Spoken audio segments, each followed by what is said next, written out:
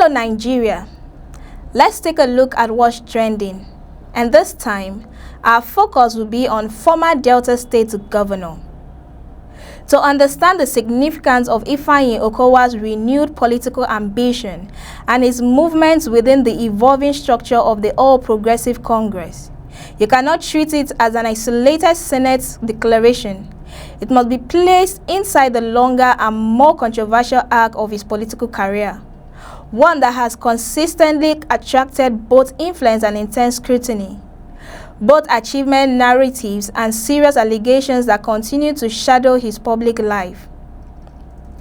Okowa is not a new entrant to controversy. His tenure as governor of Delta State from 2015 to 2023 placed him at the center of some of the most financially complex and politically sensitive governance debates in the South-South region. Over the years, various allegations have been raised in public discourse and investigative reporting regarding the management of state resources during his administration, particularly around derivation funds and large-scale state expenditures. One of the most persistent claims has involved allegations of large-scale financial mismanagement tied to the 13% derivation allegations received by oil-producing states, with figures running into trillions of naira being mentioned in investigations and anti-corrupt discussion linked to his tenure. Though this remain matters of allegations and ongoing interpretation rather than final judicial conclusions in many instances. Alongside this, there have been repeated accusations in political and media circles that state resources under his administration were politically leveraged during the build-up to the 2023 presidential election, where he served as the vice presidential candidate of the People's Democratic Party. Critics allege that parts of Delta State's financial capacity and influence were indirectly mobilized to strengthen the national ticket, a claim that has been strongly denied by those involved in the campaign structure and remain politically contested rather than legally established. More recently, another ledger of controversy has emerged in public reporting around alleged campaign financing structures linked to the 2023 election cycle. Some reports have suggested that massive sums of money were associated with the political machinery surrounding the PDP presidential campaign, with Okowa's role as running mate placing him within proximity of those financial allegations.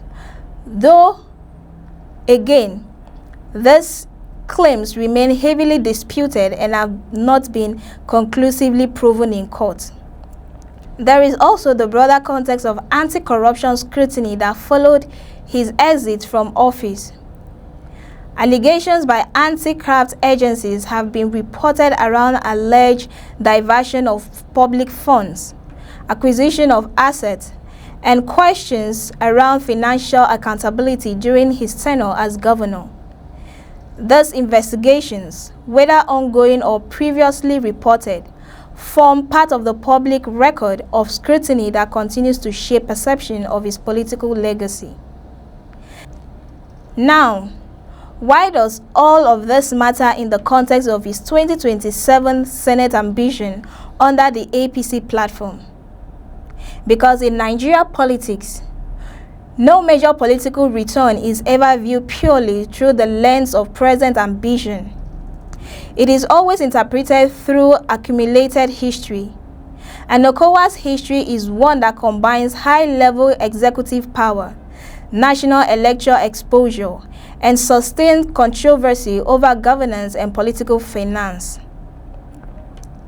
So, when he now re-enters the political front line, responding to Anioma's leaders who reportedly converged to persuade him to contest, the question is not only about demand or acceptance. The deeper question is about what kind of political capital he still represents. Is he being repositioned as a stabilizing elite figure capable of consolidating electoral strength in Delta North and strengthening APC's expansion strategy in the South-South? Or is his emergence another example of how Nigeria's political system recycles established power figures despite unresolved questions around their governance record? And this is where the tension becomes sharper. Because supporters will argue that Okowa is a tested political operator, a former governor who understands both grassroots mobilization and federal level negotiation. And those experience makes him a strong legislative asset in a competitive Senate race. But critics will argue that his political trajectory reflects a deeper systemic issue in Nigerian politics, where allegations of financial impropriety do not necessarily end political relevance, and where allied negotiation often overrides public accountability in determining who remains in the political elite class. This is why the Anioma delegation itself becomes politically significant. When dozens of influential local leaders converge and effectively endorse a single candidate, it reflects a political system where elite consensus often precedes public context. In such a structure, candidacy is less about open competition and more about negotiated legitimacy within established networks. So what looks like persuasion may also be political consolidation. What looks like invitation may also be strategic alignment. And what looks like political acceptance may in reality be the formal confirmation of a decision already shaped by power structures. And this is where the broader national implication emerges.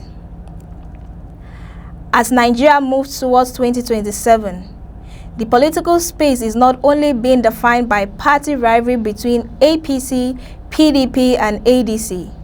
It is also being defined by the recycling of political elites whose careers span multiple administrations, multiple parties, and multiple layers of controversy and influence.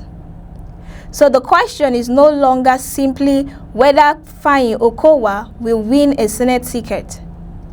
The question is what his re-emergence says about the nature of accountability, political mobility, and elite continuity in Nigerian democracy. Is the system rewarding experience and political skills regardless of past allegations? Or is it demonstrating a deeper structural reality where political power, once acquired, rarely exits the system even when controversies remain unresolved in public perception? Because in the end, this is not just about one man returning to the Senate. It is about how Nigeria's political system continuously negotiates between power, perception, allegation, and reintegration. And that negotiation, more than any single candidacy, is what will shape the political landscape healing into 2027. Leaving you on that note, do well to engage in the comments section. I am Cassie Tony, and this is News Express. Many thanks for watching.